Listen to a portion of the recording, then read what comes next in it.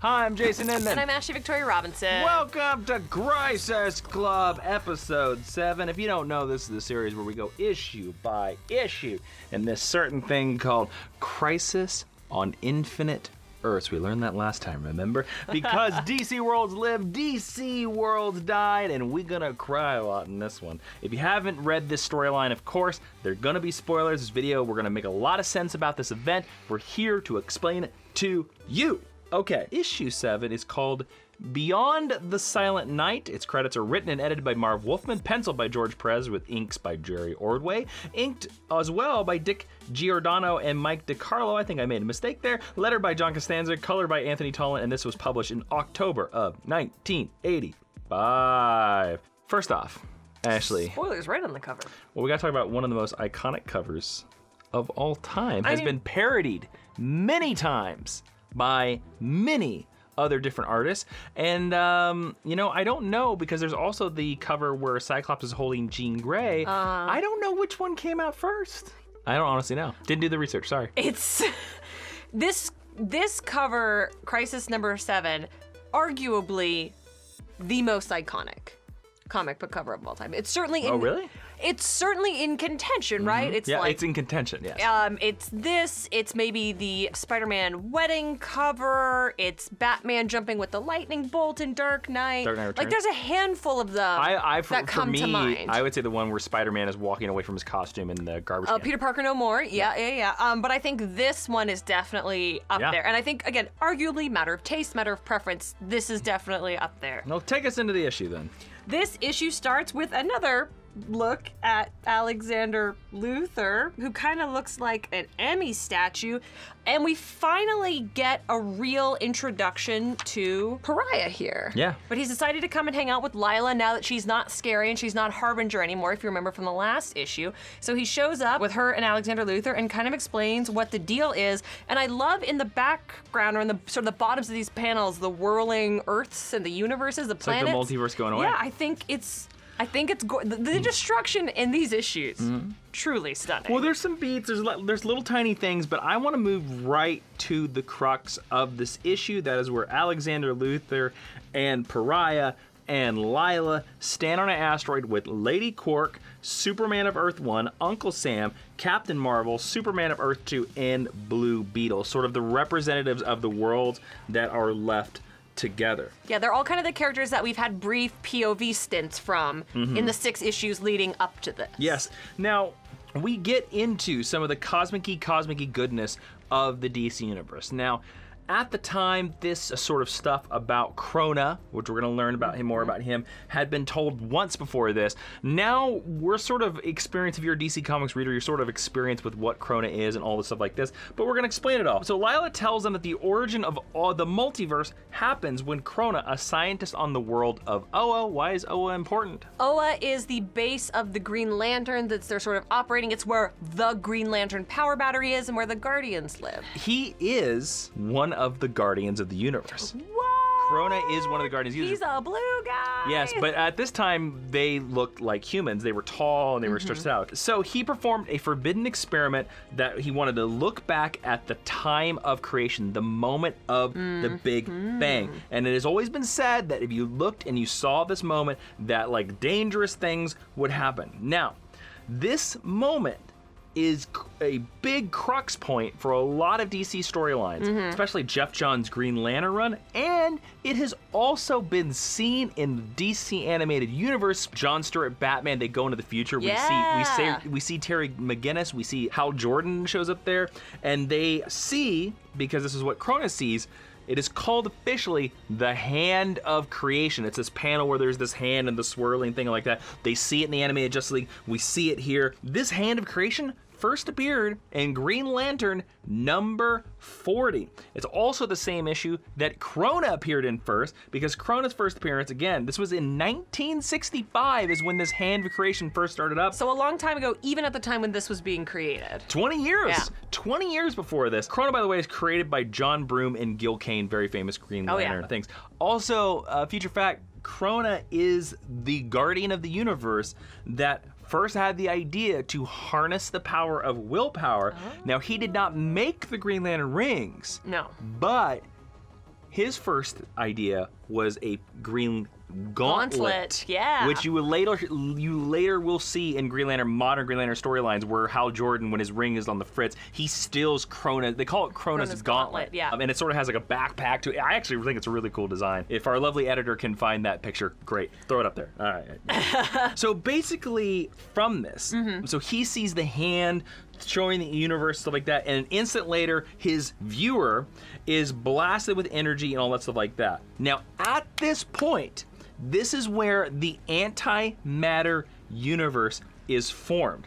And this is the point in all of existence that the singular universe was split into a multiverse. Now, this flies in the face of actual science, real quantum physics, which says that the multiverse has always existed, it's always been around us, but this is comic books, we're gonna go with it. So all the planets in the cosmos, all of them were duplicated in every single universe except one.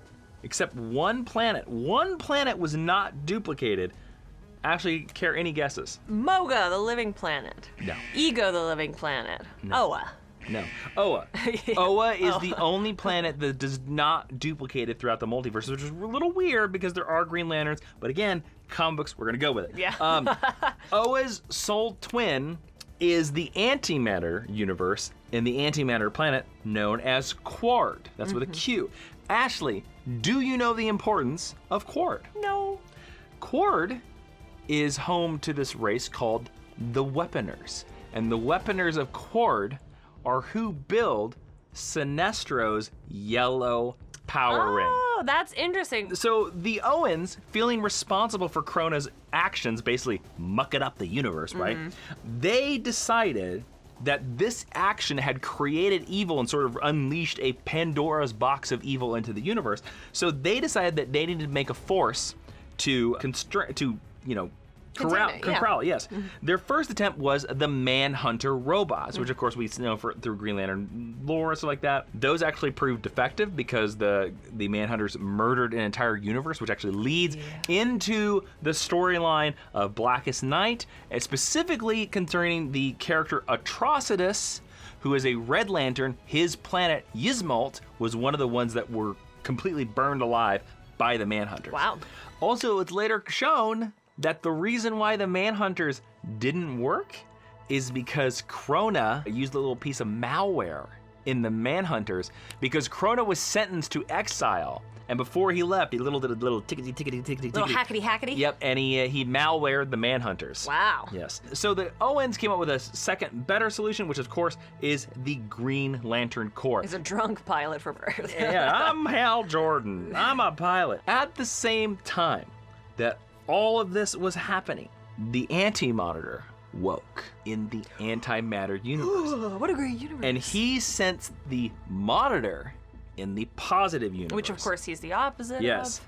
Now, the Monitor found his evil twin, and they were locked in combat for 1,000,000 years. Now, this is where we finally get the origin of Pariah. Now, all this I think is great artwork, and again, for most DC comic fans, this is known. I just wanted to throw out, since I mentioned it earlier, another little GHL Easter egg. If you guys are podcast listeners, we get Talkie Tawny done talking to Beast Boy, aka Changing at the time, on page 2. We do? Yeah, he's right there. He's like standing upright like Tony the Tiger and everything. And Sorry, you've been waiting on that for a long time. that's okay. I wanted to let you. That's a complicated rabbit hole. we're not done to yet. run down. We're not done in so this I wanted to come to an appropriate. This episode is fight, breaking and point. cosmic history. This is where the book earns its name, History of the DC Universe. Absolutely. And you were right, you pointed out earlier, the art that tells this story kind of in and amongst the exposition that's sort of coming from Lila largely is stunning. There is a point where there is 1, 2, 3, 4, 5, 6, 7, 8, 9, 10, 11,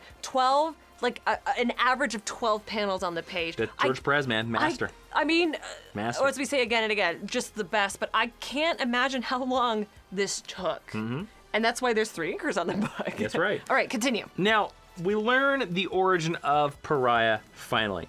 Pariah explains that he comes from an Earth in another universe, and that he was this Earth's greatest scientist. He discovered soon the existence of the multiverse, and used that knowledge to learn about the origin of the universe. Sound familiar? He discovered that there was an multiverse. He wanted to look at the origin of the universe, despite there were also legends that such knowledge would lead to the destruction.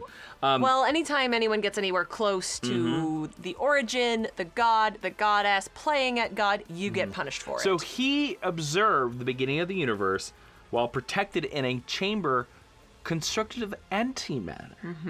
Now, in doing so, he fulfilled the legend, and a chain reaction of antimatter destroyed his entire universe, and this cataclysm awoke the Anti-Monitor from his slumber. So we've basically learned in this issue that it's all Pariah's fault. It's Pariah's fault. Which is why he's made to witness the destruction. And the cataclysm also woke the Monitor, who vowed to fight back and protect the multiverse. So, without any religious overtones, I love the idea of this hand of creation. And I love it. I remember freaking out when I saw it in Justice League Unlimited, being like, yeah! I love every time DC touches back to it. It's my theory that this is a comic creator. I agree. That it is not God. It is like us. It's our universe or whatever. Even though Earth 33 is technically Earth Prime is our universe in this multiverse, but Earth 33 is no.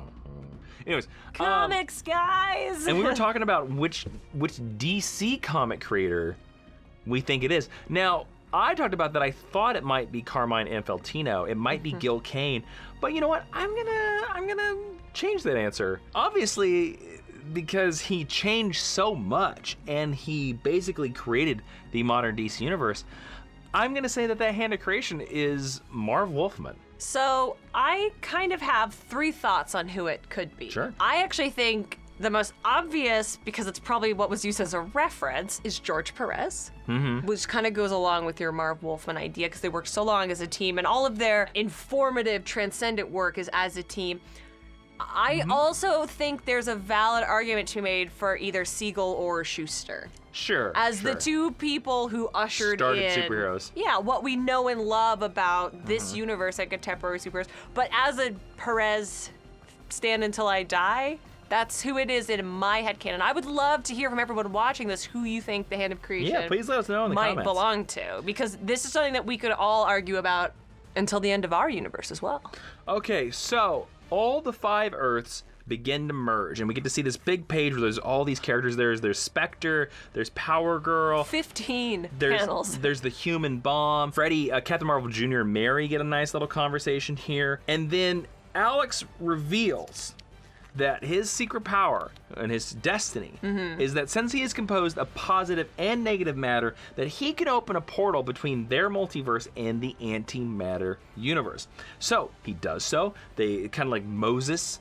He opens it through, which also, by the way, is very fitting that he is, and I think there's a panel on this page that is drawn very much like the Cecil B. DeMille 10 Commandments page, where Alex is opening up the multiverse, and it's like the waves in between, because Superman is an analog for the Moses tale. Being created by 2 Jewish people. And remember, back in issue 1, Alexander Luthor was sent away just like from Moses. His planet. Yeah. I think this is very intentional. I think so too, and I think Wolfman and Perez, and we know the amount of research, we know that they had a dude whose whole job was to record. Like, I think there's no way that this is not intentional. I think there's no way that this was just in the collective consciousness or happened by accident. So, the heroes arrive at the bizarre fortress of the Anti-Monitor. It's stunning. The coloring is outstanding on these pages. Fun fact, Donna Troy leads a group of heroes to the same fortress in the sequel to this event, Infinite Crisis. Yay, Donna Troy! And it's a big thing, and it's drawn exactly the same way. I think the design is really great. So, Psycho Pirate can't stop these heroes. The Anti-Monitor fights a bunch of them. He strikes Superman so hard, and Supergirl hears his cries of pain. And this end is very interesting because Kara basically says, "You are not going to kill Superman. I will not allow it. You hear me." And Kara basically hits the Anti-Monitor so damn hard that it destroys his body. And as we know, in any comic book event, Onslaught, all these kind of things, when you just crack the armor of our big villain. The vapor's gonna all... Well, they just become energy, and they don't die. It's so that we can fight our villain more than once, right? So his body is in ruins, and he uses a portion of his fortress, and he escapes as a spacecraft because he swears to stand triumphant at the dawn of time. That is going to come into play. I want to say that I love that Supergirl's like, you are absolutely not hurting my baby cousin. She's still protecting her baby cousin. Because that was her directive from the beginning. Protect Kal-El, and she's doing it here ultimately to her demise. I love this sequence. The end of this book is gorgeous and tragic, and I can't wait to see it on screen. I love the great writing, the great line. Supergirl says, "I love you so much for what you are, for how good you are." I love that. And our regular Superman says, "I want to kill him for this." And I like that Earth 2 Superman, the Golden Age Superman, says, "No." Yeah. Kara gave us a chance to save our worlds, which is amazing. And then we get a memorial to Supergirl. A lot of famous people speak. I love that they give Batgirl a lot of the speech here too. I love that. And then Superman flies his cousin's body into the sun and says goodbye to her at the Fortress of Solitude.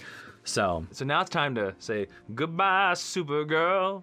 You were a Kryptonian rose and Elton John song. Anyways, so that's the end of the issue. So overall, let's give our thoughts on this issue. Actually, what are you giving her a scale of 1 to 5?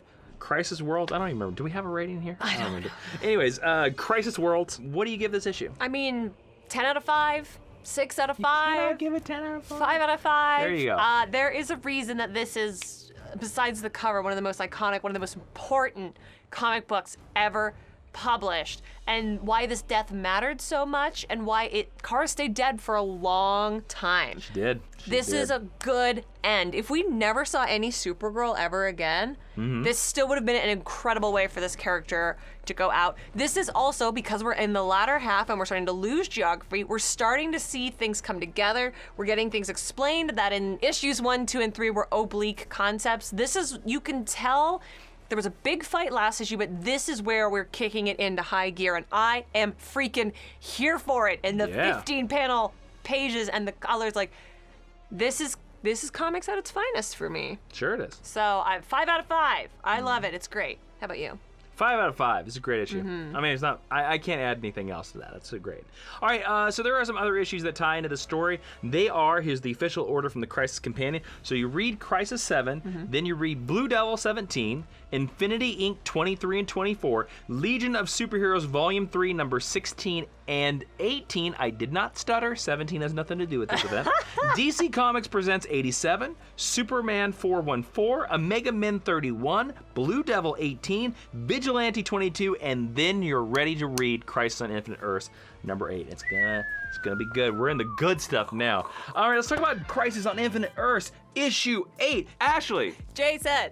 Issue 8 is called A Flash of Lightning. It was written and edited by Marv Wolfman, penciled by George Perez, with inks by the amazing Jerry Ordway, lettered by John Costanza, colored by Anthony Tollin, and it was published in November of 1985. Wow. Long time ago. All right, let's talk about this. The cover. We see underneath the leggings of the Anti-Monitor, and the Flash is a scowling and beating up the Psycho Pirate. To me, this cover, it's hard not to look at this cover and not think about that this is the death of the Flash cover. Yeah, I mean, I think you and I probably also went into this issue reading it for the first time knowing that that's what's going to happen. Yeah. It's kind of like knowing that Darth Vader's Luke Skywalker's father. So any thoughts about the beginning here? Yeah, so I really like, speaking still of the art, I really like panel 1, 2, 3 where Barry Allen is stuck in the Mystic Spider Web. I think that's a very, very striking image, and we haven't seen Barry for quite some time. Well, he was captured like 3 issues ago. Yeah. Yeah. So in terms of like actual publication, that's a significant chunk of time. That's a publishing quarter. And this issue is all about Barry. Yes, it is. But this is something that we've been building to since issue 1, and to finally see him captured like this is kind of sad, and to have him in a form of stasis as the Flash is a very, very smart choice. And we finally get the reveal of the Anti-Monitor's classic armor, because last issue, Supergirl Kicked his butt. bitch slapped the old armor off of him. Literally, she punched him so hard it broke, and Punched like a girl. good for Kara. But anyways, this to me is the classic anti-monitor armor. This is the anti-monitor armor that I drew for you guys in the postcards, if you got some of that. I love this design. I think it's really good. What I love the second page of this is you can so see the Kirby influences. The dots, the Kirby dots. Even when you get really close on the anti-monitor's eyes and there's the negative space behind the stars, and I love that. Yes. Love it. So we go to the next page, and it's Darkseid. Darkseid, who's not really in this book. Darkseid. I gotta tell you, so there's interesting, and there's something that I love about this page. I love so much, because I have a personal belief about Darkseid. He is... Do you have a moment to talk about the Church of Darkseid? Do you have a few dollars for the Church of Darkseid, the Church of Apocalypse, anti-life Darkseid is? No, the thing, I have a belief about Darkseid. Some writers follow my belief, some writers don't. This is a theory that was postulated by James Robinson when he wrote Earth 2. And he told me this in an interview, when I interviewed him from that great book. If you've not read James Robinson's New 52 series, Earth 2, I highly recommend it. You can stop at issue 16. That's when he leaves the book. So James Robinson once told me this theory, and he said that there is this multiverse, and that's just where they had 52, in the New 52, they had 52 worlds in the multiverse. And the idea was that there's not a dark side for all 52 worlds. There's one dark side. Ooh. And he exists. So the dark side that killed Earth 2 Superman, who's up there, is the same dark side that went to Earth 1 and fought the Justice League. It's the same guy. And the reason why it was on multiple Earths was because he had his invasion all at once. He invaded all the worlds at once to conquer the multiverse. Now, I thought that was something that James Robinson had come up with, and I thought it was genius. I was like, that's very smart. It makes him more threatening. But now I think that James Robinson got that from Crisis, because if you read the caption box here, it says, on the other dimensional world of Apocalypse, and Dissected says, it is the one we heard about, the one who destroyed all the universes.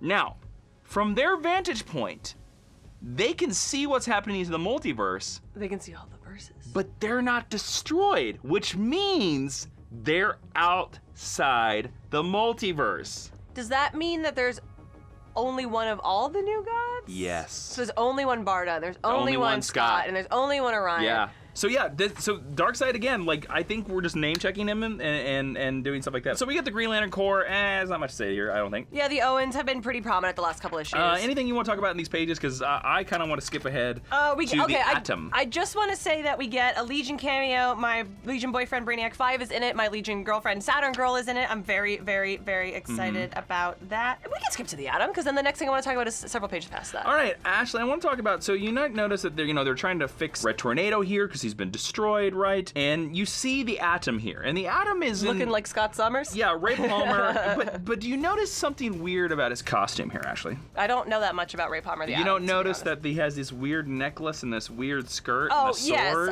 Yes, I did notice that. Do you know what that is? No. Okay, my friends. I'm about to blow your mind. This is one of my favorite things about the Atom, and this is the reason why I like Ray Palmer. In the 80s, they did a comic book series called, get ready for it, The Savage Sword of the Atom. Shut up. It is real. Ray Palmer goes to the Central American jungle. He goes to the Amazon rainforest, basically. Because of course.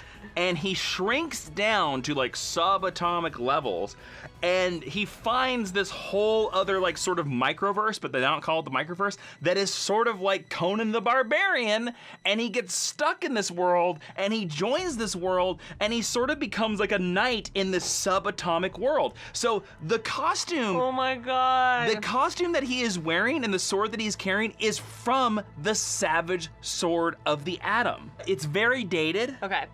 But the idea of it, I think, is genius. I think that idea is so genius. There is a trade. They do have a trade. I'll put a link to Amazon in the Patreon post, so you guys can snap it up if you want. But I I didn't realize that the Savage Sword of Adam happened at the same time as Crisis. Yeah. So I wanted to explain that that's the reason why his costume looks weird. So I did notice the necklace, and I did notice the skirt, and I did notice the sword, but I assumed there's a lot of things in Crisis that are referenced to or that you see in their design that you know is happening in their own books. Yes. So I never really wondered why he looked like he'd just been to ancient Rome. To me, weirdly, it is one of the Adam's best stories.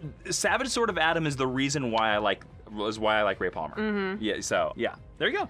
Then we get some more Jon Stewart moments in Los Angeles, California. You're forgetting not just Jon Stewart, Blue Devil, baby.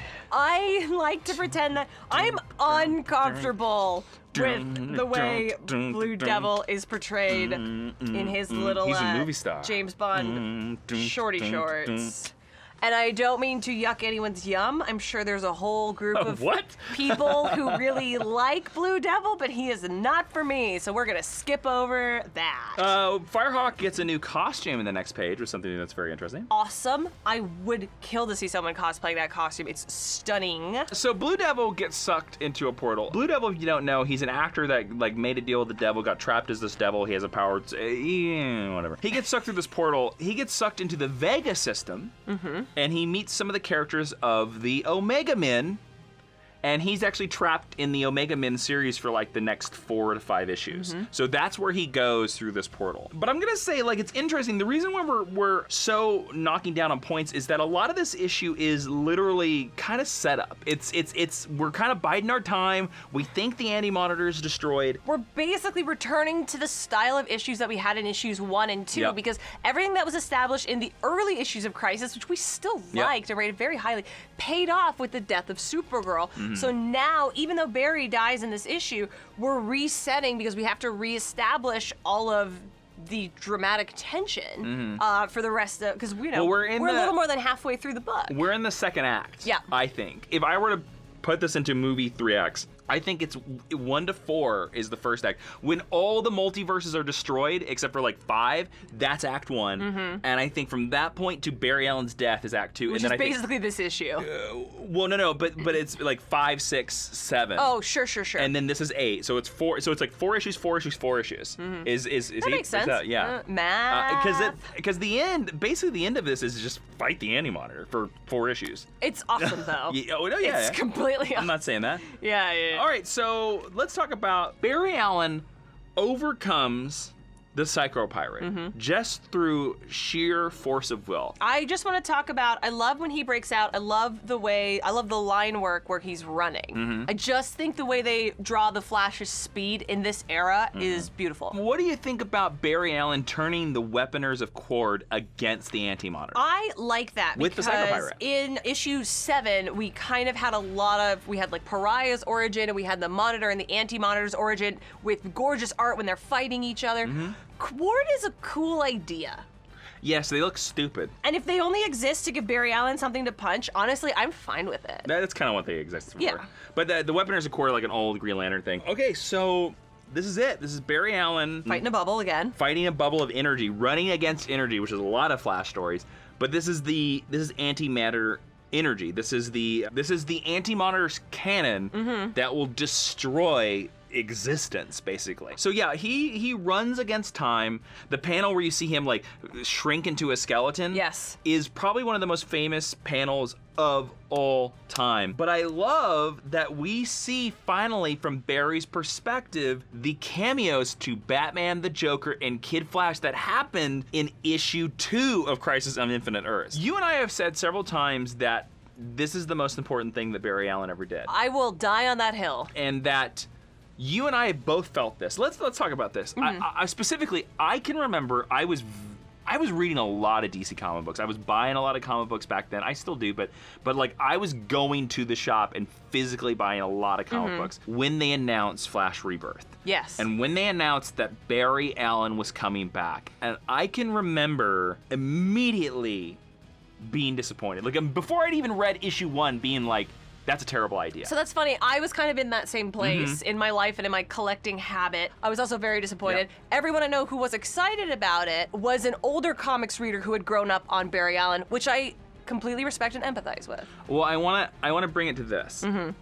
Wally will never be a better Flash than his mentor. He always had, he might be. In his mind. In his mind, Yeah. he'll never be a better Flash than his mentor because Barry Allen saved the universe. The multiverse. Barry Allen saved the multiverse. Everyone, yeah. To me, of all the stuff that Crisis did, this is the one thing that I think should have stuck. I agree. This is the one thing because I think it makes your Flash character more interesting and more unique than most every other superhero. Because okay, let's compare here. Okay, who's the other speedster we know? Quicksilver.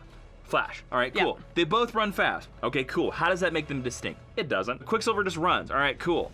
But if this speedster is the second speedster in his line and his dad, his superhero dad, saved the universe, and he's always going to be living up to that. Like if people are constantly going to be comparing him to the first Flash, that immediately makes his story unique and more unique than any other DC character ever. But man, this is something that this death is so amazing. It's such a moment in comics history. I'm a little fanboy angry they undid it because it's reading it now, I love it, and in the context of the story, it's so great. But when you pull out of the story, it's meaningless. I also think it's sad because Supergirl gets a great end because it's very showy and very heroic. Flash literally just fades. Like that's sad on like a completely different level. Then the issue gets to, of course, everyone's favorites and the the star of the Teen Titans Go movie, the Challengers of the Unknown. Can you name any of the challengers? Oh God. Because I can't. Red. June. June's the Sue Storm. I want to say is one of them Brock?